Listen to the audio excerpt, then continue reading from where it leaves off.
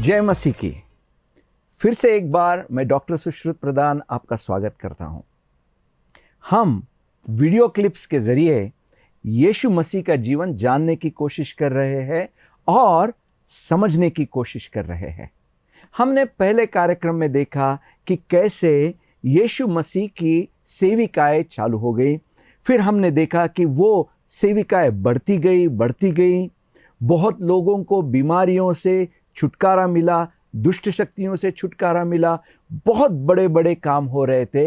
और उसके बीच में यीशु कहता है, मेरे लिए सबसे महत्वपूर्ण चीज़ यह है कि आप अपने पापों की क्षमा पा लीजिए। और वो पापों की क्षमा देने वाला सिर्फ एक ही एक है, वो है यीशु मसीह। आज हम और आगे जाके यीशु मसीह के जीवन में बाद में क्या हुआ और उसके हम क्या सकते हैं वो देखेंगे। उसके पहले मैं आपको याद दिलाना चाहता हूं, ये जो कार्यक्रम है वो bible.is के सौजन्य से हमारे सामने लाया जा रहा है। आपके मोबाइल में जाके ऐप डाउनलोड कीजिए और इस ऐप के जरिए आप परमेश्वर का वचन पढ़ सकते हैं, सुन सकते हैं और देख भी सकते हैं। और ये वीडियो क्लिप देखने के बाद हमारे साथ चर्चा करने के लिए फिर से हमारे मित्र और बहुत ही खास मेहमान पास्टर पुरुषोत्तम जी है। आपका स्वागत है पास्टर जी। धन्यवाद। फिर एक बार आपको मैं धन्यवाद देता हूं कि इस कार्यक्रम के द्वारा परमेश्वर की महिमा हो सके। Thank you. और मेरे दोस्तों, जैसे ही यीशु मसीह की ख्याति बढ़ती गई और बड़े बड़े काम होने लगे, फिर आज हम मरकस की सुवार्ता 3 अध्याय से देखेंगे कि क्या हो गया। आइए चलिए साथ में मिलकर देखेंगे मरकस का सुसमाचार 3 अध्याय।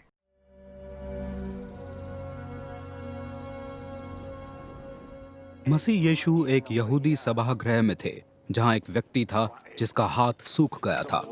कुछ व्यक्ति इस अवसर की ताक में थे कि शब्बात पर मसीह यीशु उस व्यक्ति को स्वस्थ करें और वे उन पर दोष लगा सकें। मसीह यीशु ने उस व्यक्ति को जिसका हाथ सूख गया था आज्ञा दी, उठो, सबके सामने खड़े हो जाओ। तब अन्यों को संबोधित करते हुए मसीह यीशु ने पूछा, शब्बात पर क्या करना व्यवस्था के अनुसार है, भला या बुरा, जीवन की रक्षा या विनाश? वे सब मौन बने रहे। तब उन सब पर गुस्से से भरी दृष्टि डालते हुए उनके मन की कठोरता पर व्यथित होकर मसीह यीशु ने उस व्यक्ति से कहा, अपना हाथ आगे बढ़ाओ। उसने अपना हाथ आगे बढ़ाया, उसका हाथ पुनः स्वस्थ हो गया था। फरीसियों ने तुरंत जाकर राजा हेरोदेस के समर्थकों को मसीह यीशु के विरुद्ध विचार किया कि उन्हें किसी भी प्रकार नाश करें। मसीह यीशु अपने शिष्यों के साथ झील के पास चले गए। एक विशाल भीड़ जो गलील तथा यहूदिया प्रदेश से आकर इकट्ठी हुई थी, उनके पीछे पीछे चल रही थी। मसीह यीशु के बड़े बड़े कामों का वर्णन सुनकर यरूशलेम नगर, इदुमिया प्रदेश, यरदन नदी के पार के क्षेत्र तथा सोर और सीदोन से भी अनेकों अनेक इस भीड़ में सम्मिलित हो गए थे। इस विशाल भीड़ के दबाव से बचने के उद्देश्य से मसीह यीशु ने शिष्यों को एक नाव तैयार रखने की आज्ञा दी। मसीह यीशु ने अनेकों को स्वास्थ्य दान दिया था, इसलिए वे सभी जो रोगी थे मात्र उन्हें छू लेने के उद्देश्य से उन पर गिरे पड़ रहे थे। जब कभी दुष्ट आत्मा उनके सामने आती थी, वे उनके सामने गिरकर चिल्ला चिल्ला कर कहती थी, आप परमेश्वर पुत्र हैं। किंतु मसीह यीशु ने उन्हें चेतावनी दी कि वे ये किसी से न कहें। इसके बाद मसीह यीशु पर्वत पर चले गए। वहां उन्होंने उन्हें अपने पास बुलाया जिन्हें उन्होंने सही समझा, और वे उनके पास आए। मसीह यीशु ने 12 को चुना कि वे उनके साथ रहें, वे उन्हें प्रचार के लिए निकाल सकें और उन्हें दुष्ट आत्मा निकालने का अधिकार हो। मसीह यीशु द्वारा चुने हुए 12 के नाम इस प्रकार हैं। शिमोन, जिन्हें उन्होंने पतरस नाम दिया, जेबेदियास के पुत्र याकूब तथा उनका भाई योहन, जिनको उन्होंने उपनाम दिया था बोएनर्गिस, जिसका अर्थ होता है गर्जन के पुत्र, आंद्रियास, फिलिपोस, बार्थोलोमियस, मथिया, थॉमस, हेल्फियास के पुत्र याकूब, थैदियस, शिमोन कनानी तथा कारियोतवासी यहूदा, जिसने मसीह यीशु के साथ धोखा किया।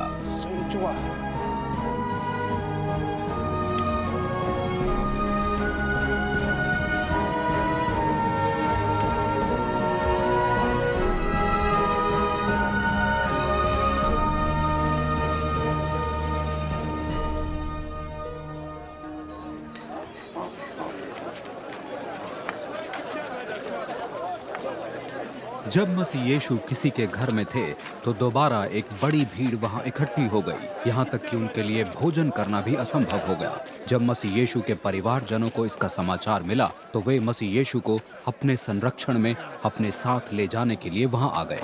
उनका विचार था कि मसीह यीशु अपना मानसिक संतुलन खो चुके हैं।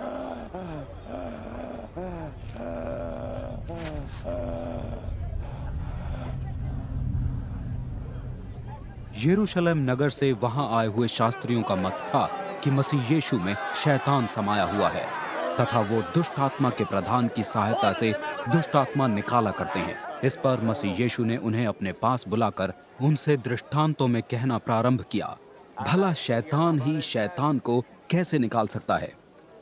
यदि किसी राज्य में फूट पड़ चुकी है तो उसका अस्तित्व बना नहीं रह सकता। वैसे ही यदि किसी परिवार में फूट पड़ जाए तो वो स्थायी नहीं रह सकता। यदि शैतान अपने ही विरुद्ध उठ खड़ा हुआ है और वो बंट चुका है तो उसका अस्तित्व बना रहना असंभव है। वो तो नाश हो चुका है। कोई भी किसी बलवान व्यक्ति के यहाँ जबरदस्ती प्रवेश कर उसकी संपत्ति उस समय तक लूट नहीं सकता जब तक वो उस बलवान व्यक्ति को बांध न ले। तभी उसके लिए उस बलवान व्यक्ति की संपत्ति लूटना संभव होगा। मैं तुम पर एक अटूट सच प्रकट कर रहा हूँ, मनुष्य द्वारा किए गए सभी पाप और परमेश्वर की निंदाएं क्षमा योग्य हैं, किंतु पवित्र आत्मा के विरुद्ध की गई निंदा किसी भी प्रकार क्षमा योग्य नहीं है। वो व्यक्ति अनंत पाप का दोषी है।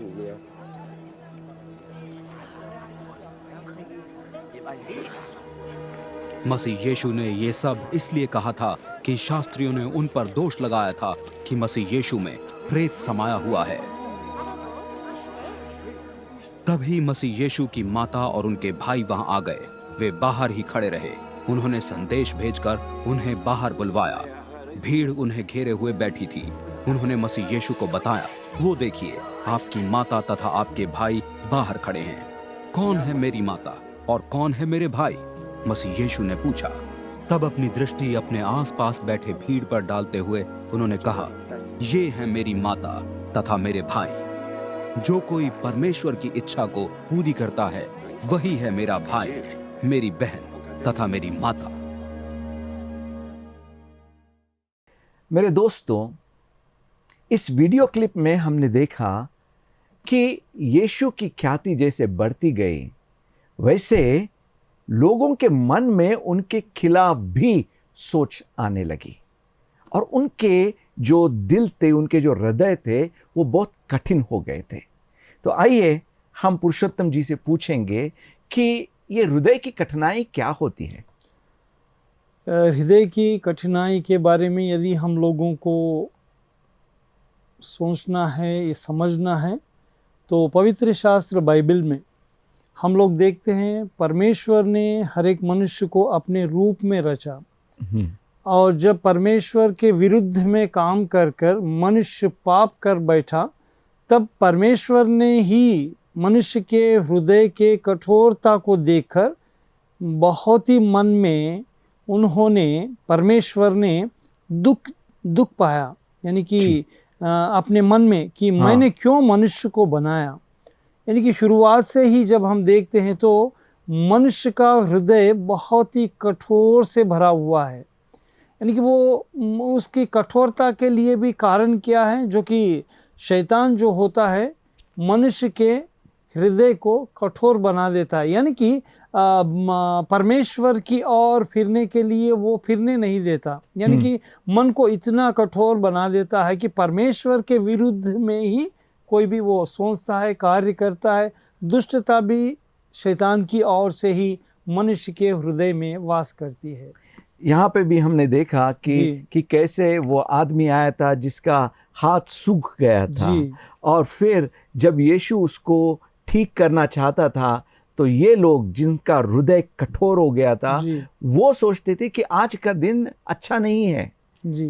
लेकिन हमने पिछले कार्यक्रम में भी देखा, यीशु ने कहा मैं सब बात का स्वामी हूँ, यानी हर एक दिन का स्वामी जो है वो परमेश्वर है। और हम भी वो गाना गाते हैं ना, आज का दिन यहोवा ने बनाया है और जो भी दिन जो परमेश्वर ने बनाया है वो अच्छा ही होगा। हर दिन अच्छा ही है। आमीन जी। और यहाँ पे हम और एक देखते हैं कि ये जो दुष्ट आत्माएं थी, हाँ जी। उनको भी पता था कि यीशु कौन है, जी। कि ये परमेश्वर का पुत्र है हाँ जी। और ये ही मसीहा है, उनको मालूम था। लेकिन ये जो लोग हैं जिनके लिए यीशु आया था, वो समझ नहीं पाए। जी, अब यहाँ पर भी हम लोग फिर शुरुआत में पवित्र शास्त्र बाइबल में ही जाना है, जो कि ये दुष्ट आत्मा जो बोलते हैं, लूसीफर जो बोलते हैं, हाँ ये भी परमेश्वर के राज्य में एक दूत बनकर था। जी, उसके मन में एक परमेश्वर के प्रति एक दुष्ट क्या कहते हैं उसे, कि दुष्ट सोच आ गया। उसका विचार आते ही वो परमेश्वर के विरुद्ध में ही सोचने लगा। यानी कि हम जब पवित्र शास्त्र बाइबल देखते हैं तो हर एक मनुष्य को, हर एक दुष्ट आत्मा जानता है कि ये परमेश्वर का पुत्र ही है और परमेश्वर के राज्य से ही आया हुआ है कहकर दुष्ट को पता है। यानी कि दुष्ट आत्मा भी कह सकते हैं इसे, हम लूसीफर कह सकते हैं, इसे शैतान कह सकते हैं, हर एक नाम दे सकते हैं। यानी कि शुरू से ही, फ्रॉम द बिगिनिंग, वो जानता है कि ये परमेश्वर पिता का पुत्र है। इसीलिए वो कहता है कि हम जानते हैं कि तू कहाँ से आया हुआ है। पर यहाँ पर वो क्या करता है, हर एक मनुष्य को नरक में ले जाने की कोशिश करता है। इसीलिए मनुष्य को परमेश्वर के निकट आने से वो क्या करता है, दूर कर उनके मन को कठोर कर देता है। जी, तो जैसे ही हम यीशु की तरफ अपना मन फिराते हैं, हाँ जी, तो अपना हृदय जो भी है वो थोड़ा सॉफ्ट हो जाता है। हाँ जी, वो तो है। हाँ, हाँ जी। और हमने यहाँ और भी एक बहुत ही दिलचस्प चीज़ देखी थी। हाँ जी। जब यीशु जो बड़े बड़े काम कर रहा था, यानी कि बीमारियों से लोगों को भला कर ठीक कर रहा था और भी बहुत कुछ चमत्कार कर रहा था, लेकिन कुछ लोग बोलने लगे कि ये जो है ये बेल्ज़ेबुब या लूसीफर के द्वारा कर रहा है। हाँ जी।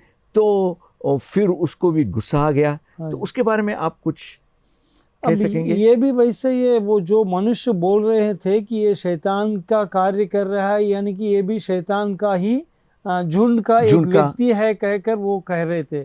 कारण क्या है, उनका स्वभाव भी बहुत ही कठोर था। और वहाँ पर प्रभु यीशु मसीह भी उनको कहते हैं कि दुष्ट का झुंड का यदि मैं होता तो दुष्ट के संगति में रहता, पर दुष्ट के विरुद्ध में कोई काम नहीं करता ना। यानी कि वो उन लोगों के मन के कठोर भी हम समझ सकते हैं।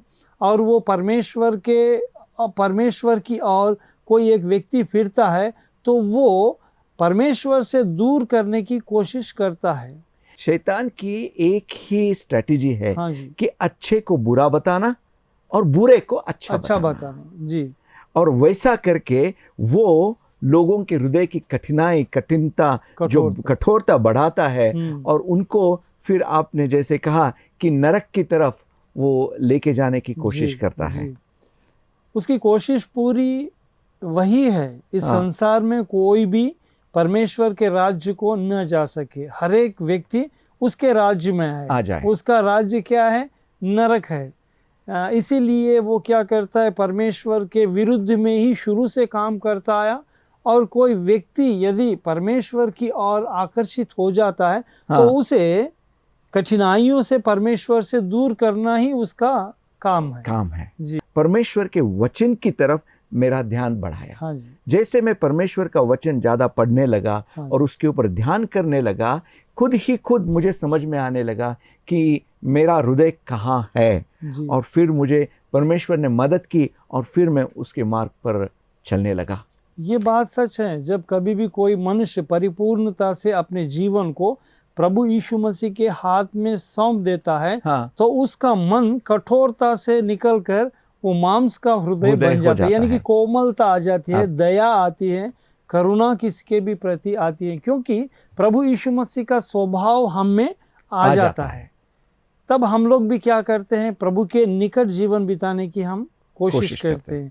इसका मतलब ये है कि एक व्यक्ति परमेश्वर की ओर अपने मन को फेरता है, पश्चाताप करता है, तो वो शैतान के चुंगल से बच जाता है और उसके जीवन में आनंद होता है। जी। और यहाँ पे हमने देखा कि कैसे यीशु की माता और भाई और बहन हाँ जी, उसको लेके जाने के लिए आए थे, जी जी, क्योंकि वो समझ नहीं सक रहे हाँ थे। जी, तभी यीशु ने एक बहुत ही बड़ी बात कही, हाँ जी, कौन है मेरे माता, जी, कौन है मेरे भाई, जी, कौन है मेरे बहन? सच है, जो परमेश्वर की इच्छा पूरी करते हैं हाँ जी, वो ही है मेरी मेरे माता और मेरे बहन जी, और मेरे भाई। जी। तो यहाँ पर भी हम यदि देखें तो प्रभु यीशु मसीह की अगुवाई यानी कि प्रभु यीशु मसीह के उस सत्य के मार्ग पर हमें जाना है। इसका मतलब ये नहीं है कि हमारे माता पिता को छोड़कर जाना, हाँ, पर इसका मतलब ये है कि आप लोग प्रथम स्थान उस जीवित परमेश्वर को दीजिए आमेन। और हमारे जीवन में भी हम प्रथम Yes. स्थान परमेश्वर के राज्य को तो ही ही देना है। चाहिए।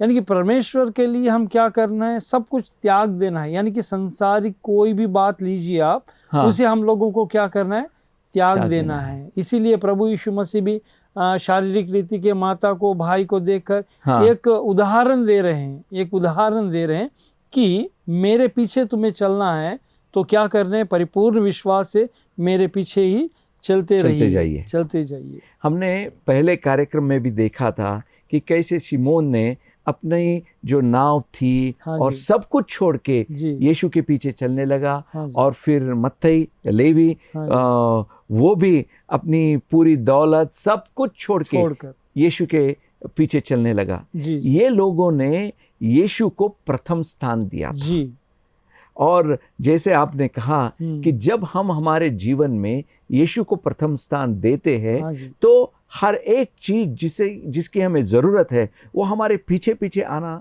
चालू करती है। हाँ वो तो सही है, वो तो सही है। या तो हम लोगों को क्या प्रथम स्थान हम हाँ, प्रभु को देना है हमारे जीवन में। आमीन। उसके बाद ही शारीरिक रीति की अपने माता पिता भाई बहन हाँ, पत्नी सब कुछ हो सकते हैं, पर हमें प्रथम स्थान हम्म, प्रभु यीशु मसीह वहां पर हर एक व्यक्ति को यही उदाहरण दे रहे हैं। मुझे भी, आपको भी, संसार में जितने भी विश्वासियों को हाँ, प्रभु यीशु मसीह क्या कहते हैं कि सब विषय को छोड़कर, हाँ, इसमें और एक विषय भी हमें ध्यान देना बहुत ज़रूरी है। और एक भी उदाहरण हम लोग यदि दें तो प्रभु यीशु मसीह हम लोगों को एक अच्छा उदाहरण दिया है। वो उदाहरण है कि परमेश्वर पिता के राज्य को छोड़कर आमीन। वो हमारे लिए इस हाँ, संसार में आए। तो उसके लिए आमीन। हमें क्या करना है, हमें प्रभु भी के लिए सब कुछ छोड़कर उसके प्रभु के पीछे साथ चलना है। पुरुषोत्तम जी, जी। एक वैयक्तिक प्रश्न आपसे पूछना चाहता हाँ हूँ। जी, जहाँ तक मुझे मालूम है आपने भी बहुत कुछ छोड़ के हाँ जी, आपने यीशु को फॉलो किया, यीशु के पीछे आए, हाँ जी। तो आपने ज्यादा खोया या पाया?